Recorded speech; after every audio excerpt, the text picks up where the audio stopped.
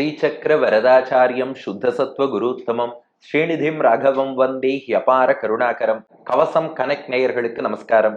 பெரியாழ்வார் திருமொழி 2ஆம் பத்து 10ஆம் திருமொழியின் 9வது பாசுரத்தை அனுபவிக்க நாம் மானசீகமாக ஆயர்பாடியை சென்று அடைகிறோம்.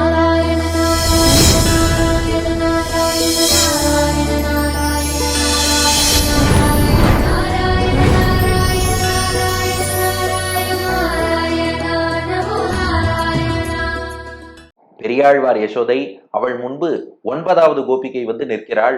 உனக்கு என்னம்மா கம்ப்ளைண்ட்னு கேட்டா பெரியாழ்வார் யசோதை அவ சொன்னா முன்பு அப்படின்னு கையை நீட்டினா. ஏன்னா இதுவரை பல பேர் பல சரித்திரம் சொன்னா பாருங்க, எல்லாத்துக்கும் முன்னாடி காலத்துல நடந்த ஒரு விஷயத்தை இவ சொல்ல போறா. ஏன்னா வாமனாவதாரத்தை பத்தி ஊத்தி கவலைப்பட்டா, இன்னொரு பெண் பார்த்தா கஜேந்திர மோட்சத்தை பத்தி கவலைப்பட்டா. இப்போ இவ சொல்றா, உலகத்தை எல்லாம் பிரளயக்கடல் சூழ்ந்திருக்க ஹிரண்யாக்ஷன் என்ற அசுரன் பூமியையே அந்த பிரளய கடலுக்குள் அழுத்தி வைத்திருக்க, அப்போ பெருமாள் பன்றி வடிவத்தில் வராகனாக தோன்றி அந்த ஹிரண்யாட்சனையும் அழித்து கஷ்டப்பட்டு பூமியையே தூக்கி மீட்டெடுத்தாரே. அவ சொல்றா, இங்க ஏதோ கிருஷ்ணன் ஒரு மலை கோவர்தன மலையை தாங்கி பிடிச்சாங்கிறதுக்கே அவனுக்கு கை வலிக்குமோ என்னாகுமோன்னு சொல்லி நாமெல்லாம் பதறினோம். அந்த 7 நாள் கண்ணபிரான் கோவர்தன மலையை தாங்கி பிடிச்சுட்டே இருந்தான் பாருங்க.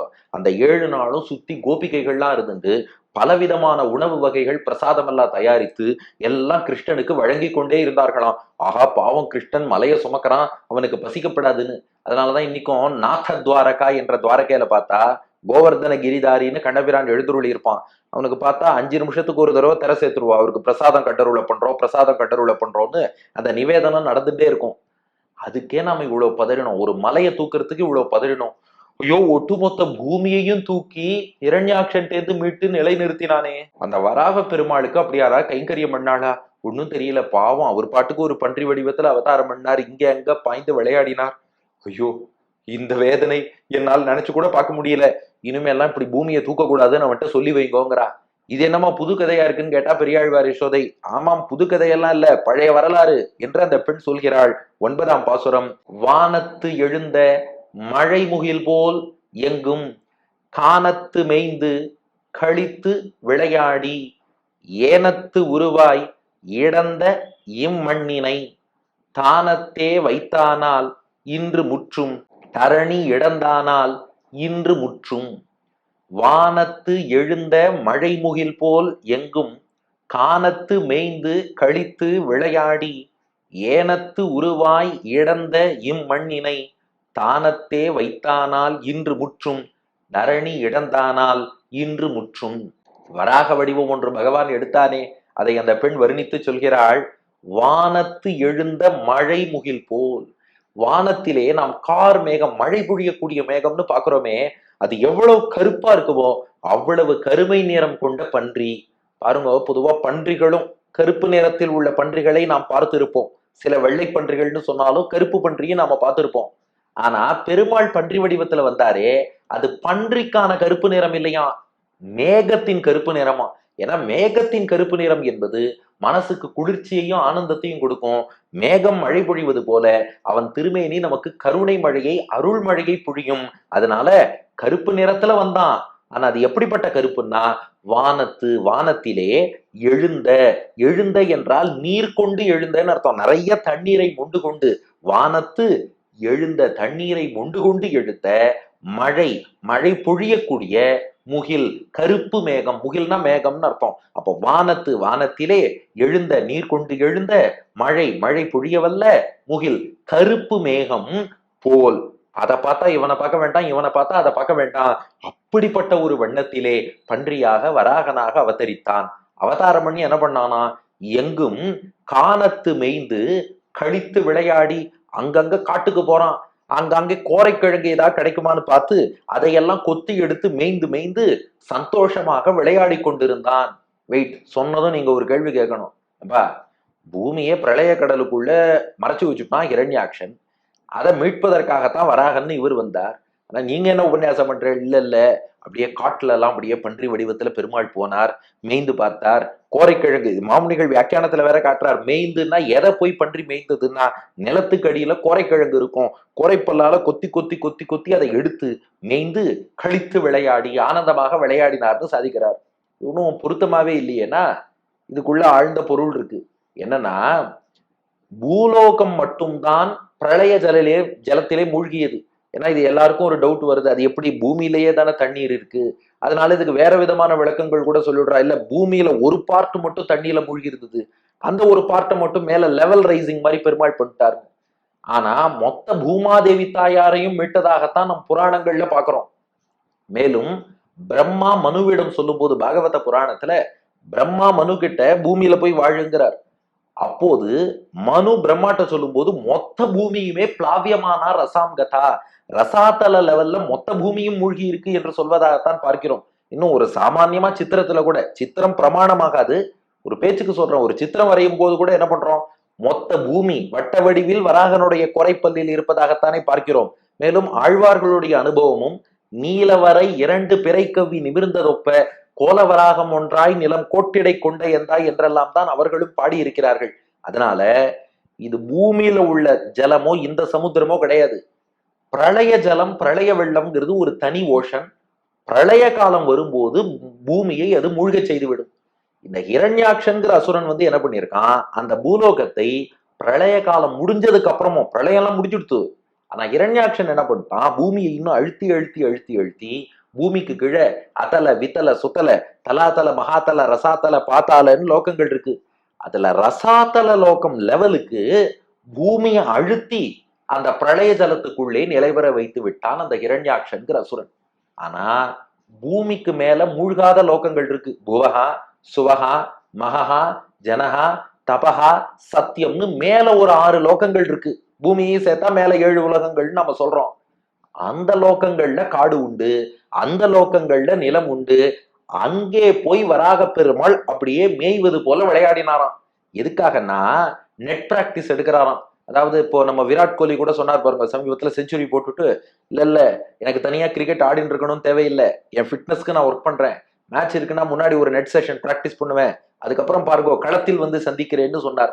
அது போல இப்ப வராக பெருமாள் என்ன பண்ண போறார், பூமியை ரசாத்தல லோகத்திலிருந்து இடந்தெடுக்க போறார். எதை போல என்றால், பன்றி என்ன பண்ணுமா, பூமிக்கு கீழே கோரைக்கிழங்கு இருந்ததுன்னா கோரைப்பல்லால குத்தி குத்தி குத்தி குத்தி அந்த கோரைக்கிழங்க மேல எடுத்துரும்.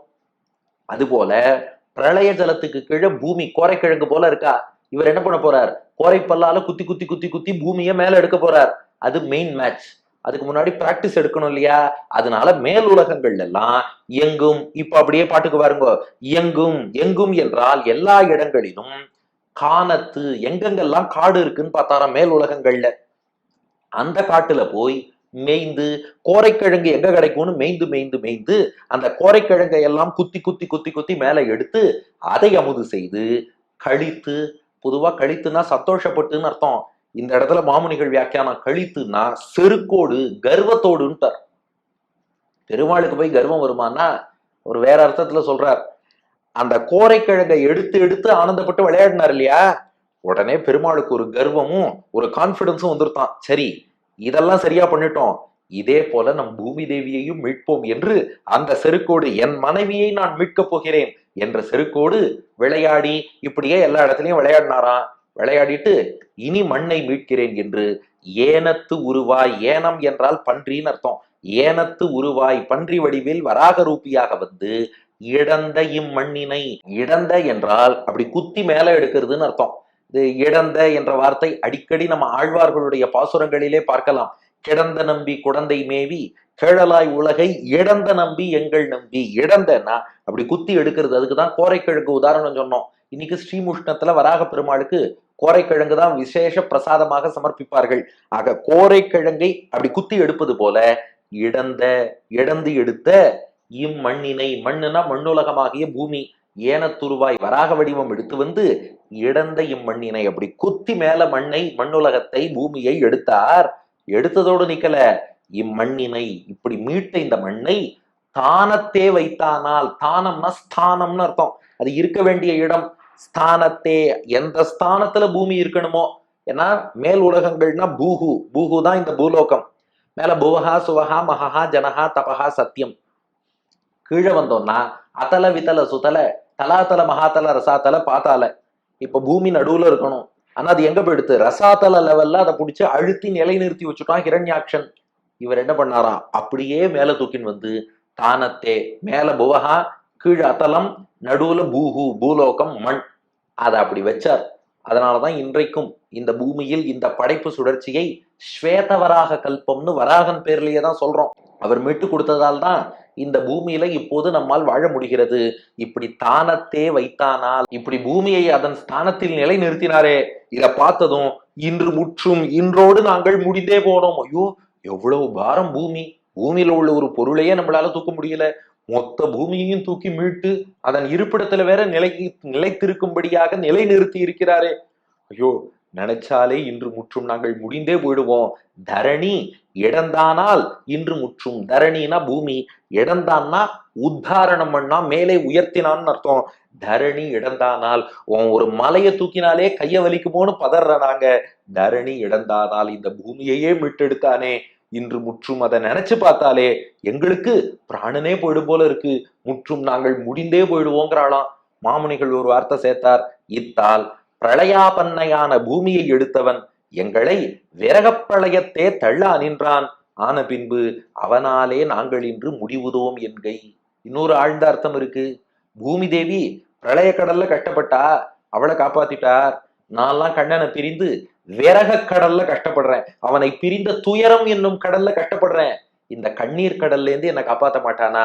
பிரளய கடல்ல இருந்து பூமியை காத்தவன் கண்ணீர் கடல்ல இருந்து இந்த பெண்ணை காப்பாற்ற மாட்டான் போல இருக்கே. எப்ப காப்பாத்த போறான்? எனக்கு அவன் அருள் வேண்டும்.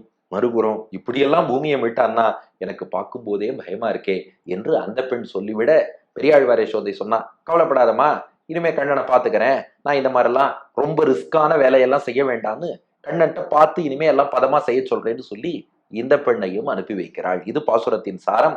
வானத்து எழுந்த மழை முகில் போல் எங்கும் கானத்து மேய்ந்து கழித்து விளையாடி ஏனத்து உருவாய் இடந்த இம்மண்ணினை தானத்தே வைத்தானால் இன்று முற்றும். தரணி இடந்தானால் இன்று முற்றும். வானத்து எழுந்த மழைமுகில் போல் எங்கும் கானத்து மேய்ந்து கழித்து விளையாடி ஏனத்து உருவாய் இடந்த இம்மண்ணினை தானத்தே வைத்தானால் இன்று முற்றும். தரணி இடந்தானால் இன்று முற்றும். வானத்திலே உண்டாகக்கூடிய மழை பொழியும் கார் மேகங்கள் போலே திருமேனி வண்ணம் கொண்டவனாக எல்லா காடுகளிலையும் போய் கோரைக்கிழங்குகளை மேய்ந்து கர்வத்தோடு விளையாடி பன்றி வடிவிலே பூமியை மீட்டெடுத்து அதை அதன் ஸ்தானத்திலும் நிலை நிறுத்தினானே, நான் முடிஞ்சு போனேன். பூமியையே உயர்த்தினானே, நான் முடிந்து போனேன். அடியேன் வழங்கும் ஆங்கில வடிவம். Like the dark rain-bearing clouds in the sky, the Lord appeared in his boar form and went all through the forest searching for tubers and played with pride. The Lord lifted the earth from the ocean of deluge and placed it in its right position. Now I am dying. He lifted the earth, but I am dying என்பது இதற்கான ஆங்கில வடிவம். இனி 10வது பாசுரம் நிறைவு பாசுரம். இத்தனை பேருக்கும் பதில் சொல்லி அனுப்பியாச்சு. இப்ப நமக்கு ஒரு பதில் சொல்லணுமே. பெரியாழ்வார் யசோதை அடுத்த பாட்டில் சொல்ல போகிறாள். பெரியாழ்வார் திருவடிகளே சரணம்.